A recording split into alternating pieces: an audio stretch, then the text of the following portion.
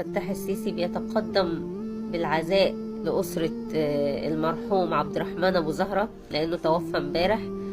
ومن فترة من كام يوم هاني شاكر توفى، وبرضو الرئيس السيسي اتقدم بالعزاء يعني. تمام. الحقيقة يا فندم ان انت مش بيعديك الأصول أبدا. يعني لما حد بيتوفى بتطلع تعزيه، لما بتحصل مشكلة في الإمارات، في السعودية، في البحرين، في أي حتة بتروح تبص على الدولة ديت. بس الحقيقة يا فندم يعني ان انت ما نسيتش ان انت تتقدم بالعزاء لأهل المرحوم ضياء العوضي.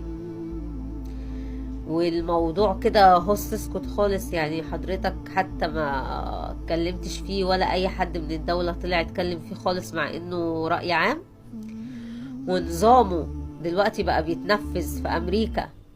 نظام الدكتور ضياء بقى بيتنفذ دلوقتي في امريكا وبيدرسوه ونفذوه بالفعل، وحضرتك هنا لا لا لا حس ولا خبر يعني. انا مش عارف، فكنت حابة ان انا يعني لو حد يجاوبني على الاسئلة دي. مش فاهمة بصراحة. انا شايفة ان الدولة لا حس ولا خبر كده خالص في موضوع دكتور ضياء، مع انه قضية كبيرة، قضية كبيرة قوي. واحد راح مننا، عالم كبير راح مننا، واحنا عادي يعني مفيش اي مشاكل.